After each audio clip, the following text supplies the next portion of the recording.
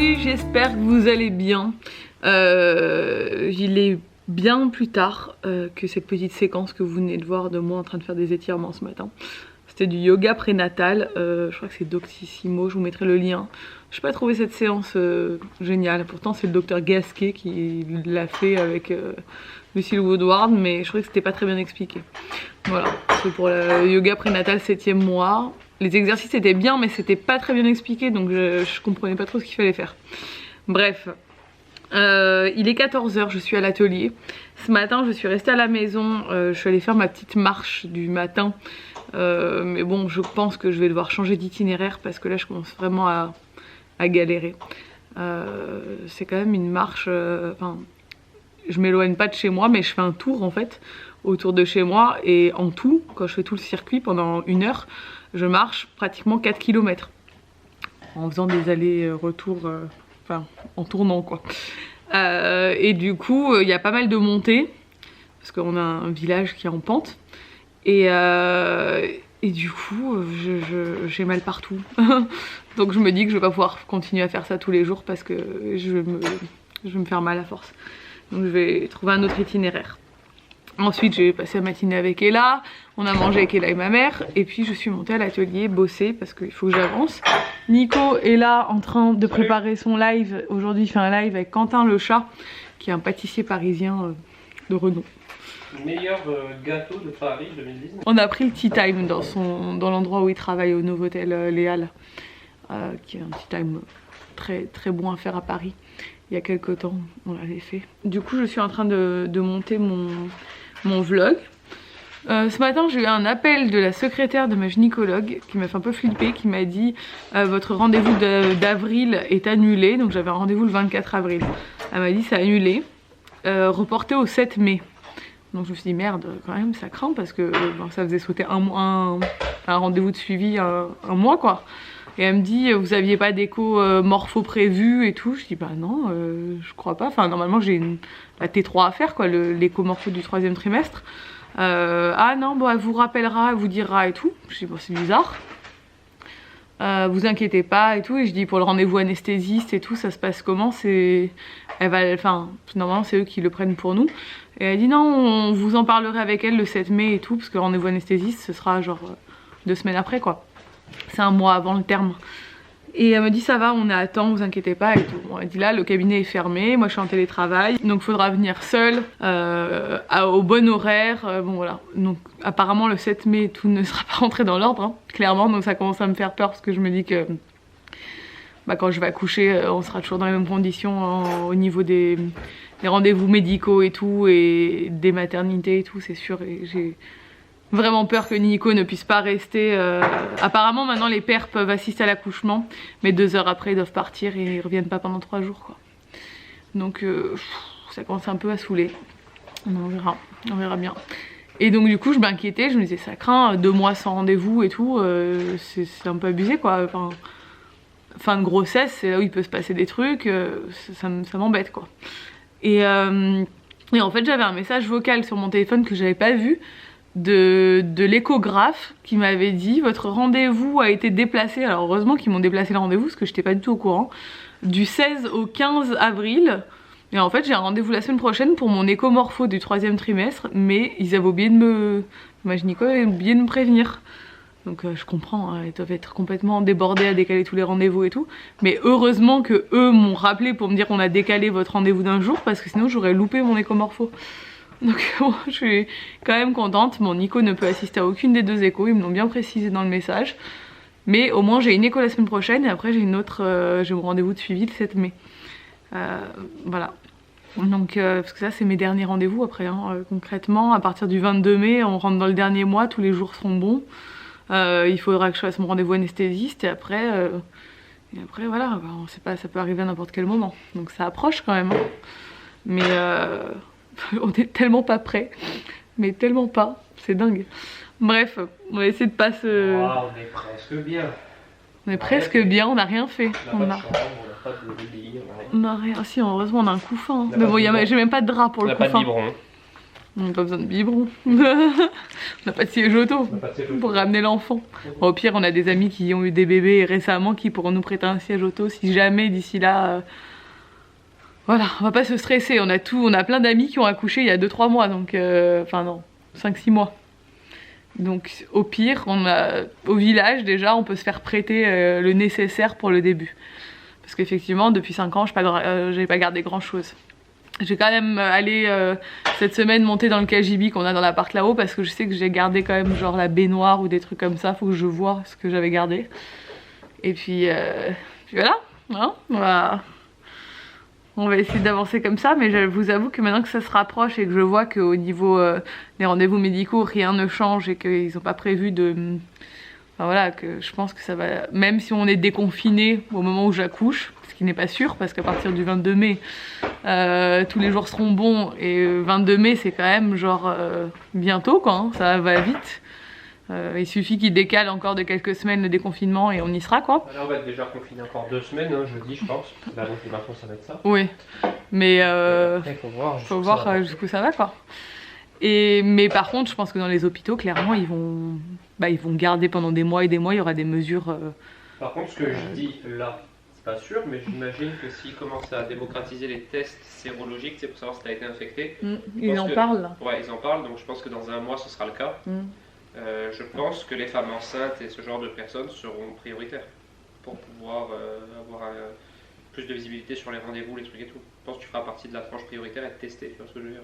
Je sais pas. Je sais pas, j'imagine. Moi je sais pas du tout, mais bon, on verra. Bref, je vais essayer pas y penser. Je me remets sur le montage de mon vlog. Mais bon, j'ai une écho la semaine prochaine. Je le savais pas. Mais je suis contente du coup, ça me fait plaisir. Je vais voir mon petit bébé. Même si je serai toute seule.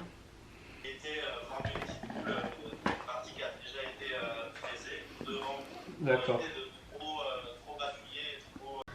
Bon, ce soir j'ai attaqué ce meuble. Là je suis en train de trier. Voilà, ce que je garde pas, ce qui va monter en haut, ce qui doit aller dans le meuble du salon. Voilà, c'est tout un tri. Alors, il y a beaucoup de souvenirs, des livres de Nico et moi, de photos quand on était petits, toutes les photos qu'on a ensemble, des trucs de mon mariage, des trucs, tous les papiers de la maison, voilà, tous les trucs un peu à garder. Mais bon, j'ai quand même cette pile qui va virer. Pour l'instant, il me reste encore tout ça à trier. Et après, j'aurai tout le placard encore à trier. Mais le placard, c'est que des trucs pour bébé. Alors il y a les petites affaires d'Ella que j'avais gardées et que bon, je vais remettre dans une boîte pour Ella. Ah, c'est des petites affaires pour bébé déjà. Là-haut, bon, c'est les trucs de Pâques. Ça c'est pour la chambre de bébé. Donc en fait ce placard, il faut vraiment que je trouve comment l'aménager de façon optimale. Parce que en fait il est quand même grand.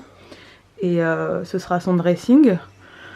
Ça c'est tous les vêtements que j'ai à vendre qui sont dans une grande panière. Mais en soi, j'avais quand même déjà tout trié avant à Noël, donc il n'y a pas grand chose.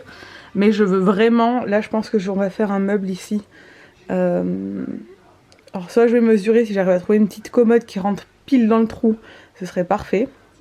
Là je vais mettre des étagères tout le long, j'ai des planches, je crois qu'on va s'en servir. Mettre des étagères, hop, faire un rangement ici, peut-être pour les produits et tout. Et après je vais trouver des boîtes pour... un peu comme dans le dressing d'Ella, on va rajouter je pense une étagère. Je sais pas, je vais voir, je vais m'organiser, ce que ce sera son dressing, mais finalement c'est quand même assez profond, donc on range pas mal de choses dans ce placard, c'est bien. Hey, on se retrouve le lendemain. Je suis pas à poil, je suis en brassière de sport, une grande brassière. Je vais me faire un petit masque ce matin. Je voulais prendre ma douche, mais j'avais l'intention de faire une séance de sport parce qu'il y a Hélène la vilaine, que j'aime beaucoup Hélène, qui fait un live où elle fait du fast walking. Donc Hélène c'est une personne qui est en surpoids, qui a une chaîne où elle partage sa perte de poids. D'ailleurs si vous la suivez pas, n'hésitez pas à la suivre, elle est trop mignonne. Et elle est hyper motivée, ça fait plus d'1 an qu'elle fait un blog de sport, enfin voilà. Et elle a découvert le fast walking pendant le confinement. C'est un sport où tu marches, mais c'est un peu genre marche rapide et c'est adapté pour les personnes qui peuvent pas faire du sport, enfin genre qui peuvent pas faire des sauts, qui sont un peu limités physiquement pour faire du sport. Et du coup pour les femmes enceintes et pour les enfants aussi ça marche bien. Et apparemment c'est fun et elle fait un live à 10h30 où elle va faire une séance en live et elle invite tout le monde à le faire avec elle et tout. Donc je me suis dit pourquoi pas. Sauf que je me lève et j'ai hyper mal au bassin, comme depuis plusieurs jours. Donc je sais pas si c'est judicieux pour moi aujourd'hui de le faire. Parce que hier j'ai marché pas mal et je me suis fait mal encore. Enfin hier j'avais mal, donc je me suis dit qu'aujourd'hui, enfin que je savais plus que je fasse ça tous les jours, fallait que je fasse un jour sur deux. Donc je sais pas, je pense que je vais me doucher et puis je vais pas faire la séance. Je regarderai quand même son live. Mais je vais pas la faire en direct la séance. Donc là avant d'aller à la douche je vais me faire des petits soins parce que ça fait longtemps. Je vais me faire un masque minéral clarifiant. Je fais le masque Joe avec, j'ai un masque minéral clarifiant et après je fais un masque d'eau repulpant. Voilà, ça va me faire du bien à ma peau. Bon, on se retrouve plus tard. Alors je sais pas si vous voyez la différence avec d'habitude, mais je suis maquillée mais pas maquillée. C'est très bizarre. Je n'ai pas fait mon teint. Bon, je crois que ça se voit parce que j'ai quand même pas mal de rougeur et de taches en fait sur le visage. En général, je vous montre à la lumière du jour. C'est un peu trop clair. On voit quand même, j'ai quand même pas mal de taches, voilà. Sur mon visage, bon là c'est un peu team, j'ai plein de taches de rousseur qui sont sorties sur le nez. Ça j'aime bien, ça me dérange pas, mais après j'ai des taches d'acné, des taches, enfin voilà. Mon visage n'est pas du tout unifié, mais c'est pas grave, j'ai pas envie de me maquiller le teint. Mais par contre quand je me maquille pas les yeux et la bouche, ça fait très vite malade. Donc j'ai quand même fait ça. Là je suis en train, bon j'ai rangé la maison, comme tous les matins. Et je suis en train de continuer ma cuisine. Parce qu'en fait je vous fais une vidéo, bon je filme plusieurs étapes un peu au fur et à mesure.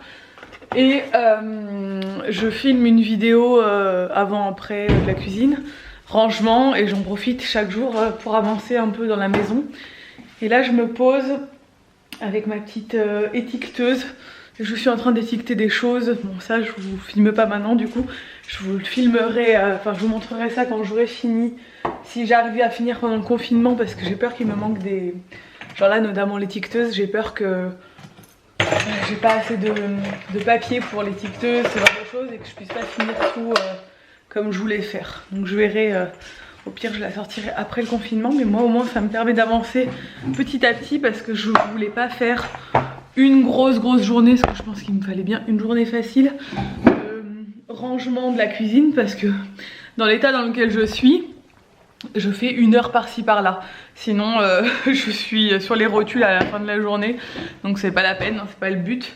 Le but c'est d'avancer, mais de pas se stresser non plus. Et je choisis des petits éléments et j'avance. Là je vais faire les épices aujourd'hui. J'ai fait déjà le placard, j'ai fait le frigo. Voilà, après il faudra que je fasse les placards. La poste. Dites-moi que j'ai des colis. J'attends des colis depuis 3 semaines. Comme je disais, ils ont repris un service minimum. Alors on n'avait pas eu de livraison pendant 3 semaines. Et là maintenant ils repassent le jeudi et le vendredi. On va voir s'il y a un truc pour moi. Bon, je suis à l'atelier. On se posait une question existentielle avec Nico. On est outrés. Pourquoi dans les petits Suisses ils continuent à te foutre ce putain de papier que t'es obligé d'enlever là et qui... Tu t'en mets plein les doigts, c'est insupportable. Franchement voilà. Bon ça c'est mon endroit où je me repose maintenant actuellement. J'ai craqué, j'ai trop mal partout et tout, je suis fatiguée, du coup je me suis un peu... Ouais, je veux bien, ça me réveillera peut-être un peu. C'est dur. En fait tu diras que je prends pas soin de toi. Là tu prends soin de moi. Et aujourd'hui ça va être un peu au ralenti pour moi je crois. Nico il fait que jeter des trucs en l'air, j'en peux plus. Il jongle avec tout. Et genre ce matin il a cassé le gel hydroalcoolique de son bureau. Il se prend, vous savez, il se prend pour un artiste jongleur du cirque et tout. Mais je sais. Oui, j'en peux plus. Nico est sur le montage d'une vidéo pendant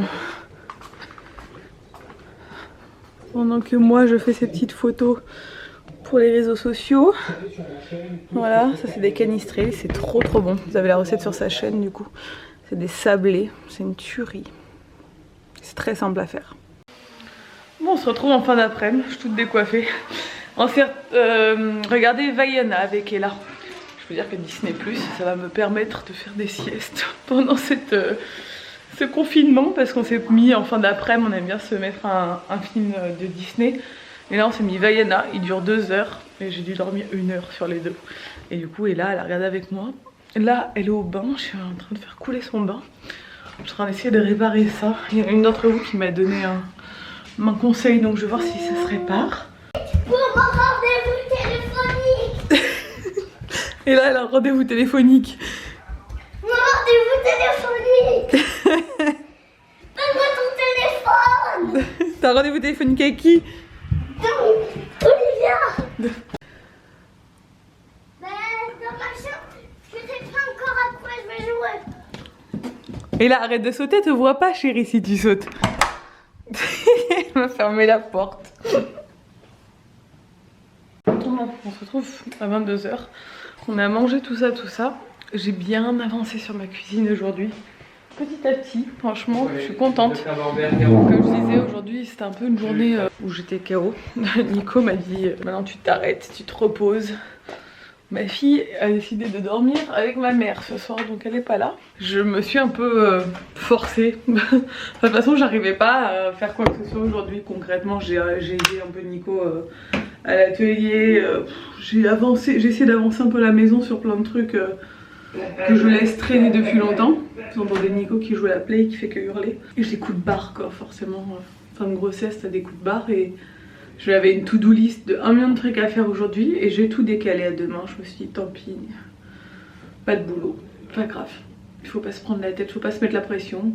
On est quand même confinés, on a quand même plus de temps que d'habitude, donc c'est pas non plus c'est pas mort d'homme si je bosse pas une journée hein, concrètement. Donc voilà, j'avais fait les trucs urgents, j'avais des trucs à traiter avec la banque et tout hier et je suis au téléphone toute la journée, on a réglé ce qu'il y avait à régler, signé les trucs, les papiers, enfin toujours pour la création de la société qui est finalisée hein, mais au niveau de la banque il y a encore plein de papiers, de trucs à faire. Un cil dans l'œil depuis tout à l'heure, ça me gêne. Je dois faire que cligner les yeux sans m'en rendre compte. Puis après j'ai encore la chambre d'amis là-haut à terminer pour ce week-end. Et après on va vraiment s'occuper la semaine prochaine de vider toute la chambre de bébé, décrocher tout ce qu'il y a au mur. Je vais demander à mon beau-père quand il aura le temps, parce qu'il est en train de refaire sa cuisine, du coup il est en train de repeindre tous ses meubles de cuisine. Mais quand il aura terminé tout ça, je lui demanderai s'il peut reboucher les trous qu'il y a dans la chambre d'amis, au mur, parce que je vais enlever des étagères, voilà, faire des trucs comme ça. Et puis après, comme ça, une fois qu'on pourra, que tout sera terminé, qu'on sera déconfiné, on pourra mettre cette verrière et changer le sol. Je voudrais mettre un lino clair à la place du parquet qui est foncé dans cette chambre, parce que ça va être pas très joli je pense avec ce que je veux faire comme déco. Au moins que tout soit prêt pour quand on soit déconfiné, qu'on puisse tout faire vite quoi. Et faire tout le dressing du petit et tout, essayer d'organiser, installer des étagères. Heureusement on a des planches en bois. Voilà, on va faire comme on peut avec ce qu'on a, mais c'est bien. Au moins ça avance, parce que sinon j'ai l'impression de stagner, ça m'énerve. Bref, je vais me démaquiller, je vais me poser, je vais me mettre au lit. Je vais vous laisser là je pense. Ce vlog n'est pas très complet mais concrètement voilà, ces 2 jours ça a été un peu... ouais, la fatigue m'est tombée dessus un peu comme un coup de massue. Et finalement bon, il y a des hauts et bas mais aujourd'hui j'avais besoin de me poser, de me reposer, de faire une sieste, d'être vraiment de dormir. Nico il arrête pas de me dire il faut que tu te reposes pour ta grossesse. Dès là tu faisais des siestes tout le temps et tout. C'est vrai, je travaillais pas, j'étais en arrêt et je faisais des siestes tous les jours quand j'étais enceinte dès là, dans mon dernier trimestre quoi. Et là pas du tout. Là je me lève tôt parce qu'elle se lève tôt, je me couche tard, je fais rarement des siestes et il faut quand même que j'essaie de m'écouter un peu plus quoi. Donc profitons-en de cette période de repos forcé pour me reposer. Je vous laisse, j'espère que ce vlog vous a plu. Si c'est le cas, n'hésitez pas à le commenter, à le liker, à vous abonner si ce n'est pas encore fait. Et je vous dis à demain dans un nouveau vlog. Ciao!